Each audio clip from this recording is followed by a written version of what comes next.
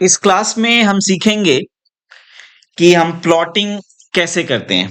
So today's focus will be on paper size. Real world में हमारा जो working format होता है उसमें सबसे पहले हम पेपर डिसाइड करते हैं। A3, A2, A1, A0 ये साइजेस पहले डिसाइड होता है। उसके बाद हम क्या डिसाइड करते हैं? Scale, right? कि कौन सा स्केल एप्लीकेबल होगा इस पर्टिकुलर शीट साइज में, right? And then after we draw the drawing. लेकिन यहां पे कुछ उल्टा है। पहले मैंने ड्राइंग बनाया, ड्राइंग बनाने के टाइम में मेरे पास कुछ पता ही नहीं है मुझे कि ये कौन से स्केल पे बन रहा है और कौन से पेपर साइज पे बन रहा है। लेकिन मैनुअल में हमें सबसे पहले पता होता है पेपर साइज कौन सा है, स्केल मैंने कौन सा लिया है, एंड देन वी ड्रॉ। लेकिन यहां पे कुछ उल्टा है। पहले हमने ड्रॉ कर लिया, अब ड्रॉ करने के बाद क्या करते हैं उस सीक्वेंस को समझने के लिए लेट्स मूव टू दिस। यहां पे लेआउट लिखा हुआ है, यहां राइट बटन कीजिए, रीनेम कीजिए। रीनेम करने के बाद आप इसका नाम दीजिए। फॉर एग्जांपल मैंने कहा आर्किटेक्चरल लेआउट, ऐसे इसका नाम दिया जाता है। लाइकवाइज यहाँ पे आप फ्लोरिंग लेआउट लिख देंगे, यहाँ पे नेक्स्ट करना हो तो यहां से नेक्स्ट करेंगे और रीनेम करते जाएंगे। फॉर एग्जांपल फ्लोरिंग लेआउट, यहां आएंगे, यहां पे फॉर एग्जांपल आपने लिखा RCP, रिफ्लेक्टेड सीलिंग प्लान। यहां पे आपने किया drainage layout. So complete set of drawing हम एक ही फाइल में कर सकते हैं। ड्राइंग बनाते हैं मॉडल स्पेस में, उसके बाद हम यहां आते हैं पेपर स्पेस में एंड देन इस पेपर साइज को सेट करते हैं। बाय डिफॉल्ट जो दिख रहा है वो हमें नहीं लेना होता है। अब सेट कैसे करेंगे इस पेपर साइज को? आप ये भी पूछ सकते हो कि क्या इन सब में अलग अलग पेपर साइज ले सकते हैं क्या? हाँ, बेशक ले सकते हैं। So from A3, A2, A1 to A0 कोई भी साइज आप डिसाइड कर सकते हो। आर्किटेक्चर लेआउट में आया, मैं राइट बटन किया, पेज सेटअप मैनेजर, यहां न्यू भी कर सकता हूं या मैं मॉडिफाई कर लूंगा। यहां पे जाने के बाद मैं DWG2 PDF कर लूंगा क्योंकि मुझे PDF रिक्वायर्ड है। मैं यहां पे JPEG भी निकाल सकता था, JPG, जॉइंट फोटोग्राफिक ग्रुप और joint photographic expert group, portable network graphics PNG। ये तीनों सबसे ज्यादा पॉपुलर है, जिसमें से PDF, क्योंकि PDF वेक्टर लाइंस को एज इट इज रखता है। किसी भी पेपर साइज पे प्रिंट करोगे तो PDF उसकी क्वालिटी को डिटेरियोरेट नहीं करेगा। पहली सेटिंग ये होती है। दूसरी सेटिंग यहां पे है।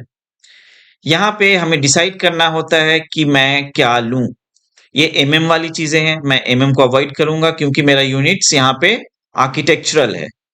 सो आर्किटेक्चरल फुल ब्लीड ले सकता हूं, मैं ISO को अवॉइड कर सकता हूं, देन ARCH ले सकता हूं।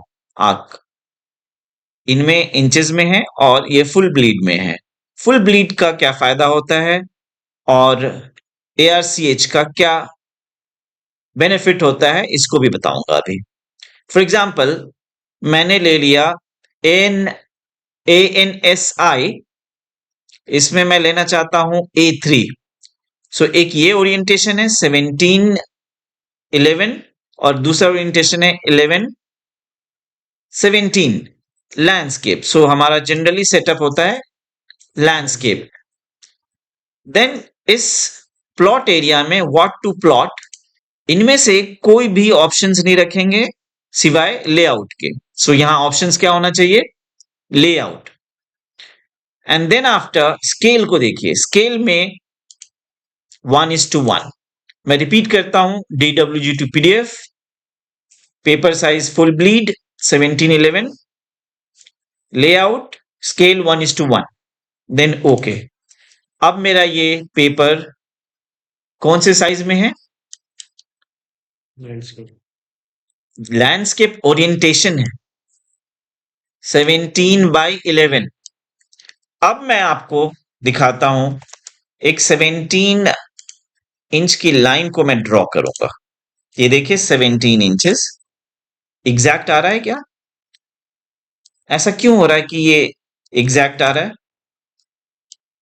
ये 11 आया। लिस्ट करके दिखाऊं क्या? ये देखिए, ये 11 इंचेस और ये हमारा कितना है? 17 इंचेस दिखा रहा है यहां पे। ऐसा क्यों हुआ? क्योंकि पेपर स्पेस में जो हमने पेपर डिसाइड किया है वो 1:1 में माना जाता है। क्यों माना जाएगा? क्योंकि मैंने यहाँ पे जो सेटिंग करी है पेज सेटअप मैनेजर में, यहां देख सकते हैं मैंने क्या लिया स्केल, 1:1। इस 1:1 की वजह से जो भी चीज यहां पे करी जाएगी, कहां? पेपर स्पेस में कुछ भी ड्रॉ करोगे, मैंने ये सर्कल ड्रॉ करा, ये लगभग 4 फीट के आसपास है। मतलब टोटल हमारा ये कितना था? 11 मीन्स 5.5 आएगा रेडियस इसका, राइट? सो जो भी चीज यहां ड्रॉ करोगे वो 1:1 में होगा। What is the meaning of 1:1? कि जब आप इसको प्रिंट निकाल लोगे किस पेपर साइज में?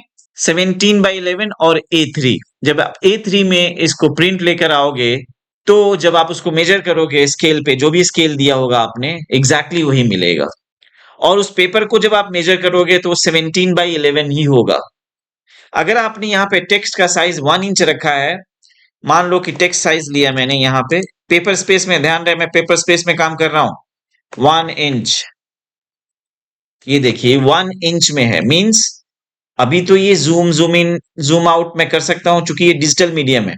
लेकिन जब मैं इसको प्रिंट करा के आऊंगा और इस टेक्स्ट के हाइट को मेजर करूंगा तो कितना मिलेगा मुझे? 1 इंच। मतलब यहां पे कुछ भी आप ड्रॉ करोगे ना पेपर स्पेस में, वो सब 1:1 पे हो रहा है। मतलब प्रिंट में जितना साइज दोगे उतने ही साइज का ही दिखेगा जब मेजर करेंगे तो। लेकिन that doesn't happen in model space. Model space model बनाने के लिए है और इसके स्केल को सेट करने के लिए है। Go the point. वापस चलते हैं, पेज सेटअप मैनेजर, मॉडिफाई। क्योंकि यहां पे अभी भी टिक्ड है लैंडस्केप, आपको पोर्ट्रेट करना होगा। अब आ गया पोर्ट्रेट में कि control of orientation of the page, ये व्हाइट वाला जो पेज है ना, वो यहीं से होगा। सो डबल क्लिक करेंगे जब हमारा मॉडल स्पेस एक्टिवेटेड होगा। बाहर क्लिक करते हैं तो पेपर स्पेस एक्टिवेटेड है, ये मॉडल स्पेस एक्टिवेटेड है। फॉर एग्जांपल ये सर्कल मैंने मॉडल में बनाया है, ये वाला सर्कल मैंने पेपर में बनाया है। अब इसको सिलेक्ट करोगे नहीं होगा, अंदर जा करके ही मॉडल वाली चीजें आप सिलेक्ट कर सकते हो, बाहर रह करके ही पेपर वाली चीजें सिलेक्ट कर सकते हो। जब आप अंदर हो तो ये वाला सर्कल सिलेक्ट नहीं होगा। अंदर जाने के बाद आप यहां पे स्केल डिसाइड करते हो। स्केल कैसे डिसाइड करते हो? इसको रिसेट किया इंपीरियल में एंड देन मैंने इसको ओके किया। ये देखिए ये क्या हो रहा है? जूम इन हो रहा है।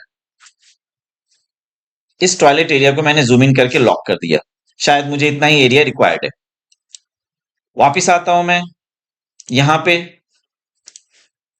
अब मैंने इसको 17:11 से 11:17 कर दिया। प्रीव्यू देखें क्या हो रहा है। ये वाला पार्ट कट हो रहा है। अब मैंने इसको 17:11 किया, प्रीव्यू किया, अब ये वाला पार्ट कट हो रहा है। अब आप ये देखेंगे कि जब हमने पेपर साइज डिसाइड कर लिया तो क्या इस वाले में अलग पेपर साइज नहीं कर सकता? कर सकता हूं। यहां जाऊंगा पेज सेटअप मैनेजर, मॉडिफाई। अब मैं फुल ब्लीड नहीं लूंगा, इस बारी मैं चेंज करूंगा। इससे पहले मैं ये कर लूं, उसके बाद NSI 17:11, NSI एक्सपैंड या NSI 17:11, लेआउट 1:1। All done. ये है आपका पेपर साइज। यहां देखिए डिफरेंस, मैं MV करता हूं, मेक व्यू। इसके अंदर मैं व्यू ड्रॉ कर देता हूं। इस वाले साइड को मैंने कर दिया बाहर। आपको पता है इस वाले में, इस सेटअप में, ये जो डॉटेड बाउंड्री लाइन है ना, इसके बाहर अगर ड्राइंग का कोई भी पार्ट जाएगा ना, तो वो प्रिंट में नहीं आएगा। मतलब इस पॉइंट के आगे का पार्ट प्रिंट नहीं होगा। सो प्रिंटेबल एरिया इसमें अंदर अंदर का पोर्शन होता है, और ये मार्जिन एरिया यूजलेस एरिया है, वो प्लेन रहेगा। लेकिन फुल ब्लीड में क्या होता है, अब मैं इसको फुल ब्लीड करने जा रहा हूं। 1711। अब देखें, अब वो बाउंड्री एरिया नहीं है। इस सिचुएशन में इस पेपर के बाहर वाला पोर्शन नहीं आएगा। यहां ये कंडीशन नहीं है कि यहां पे कोई बाउंड्री लाइन होगी जो डिसाइड करेगा कि कोई चीज अंदर बनेगी या बाहर। ठीक है, इस सिचुएशन में आप पूरी ड्राइंग अंदर रखो पेपर के। ये क्या है, फुल ब्लीड। क्लियर? ये फुल ब्लीड की सिचुएशन है जिसमें कंप्लीट पेपर एरिया को आप यूज करते हो। So this is better in a sense. क्या मैं साइज अलग कर सकता हूं, ये सवाल था। अब इसमें आता हूं मैं, यहां वापस पेज सेटअप मैनेजर, मॉडिफाई। अब यहां पे मैं ये लेने के बाद फुल ब्लीड में इस बारी मैंने लिया 2217।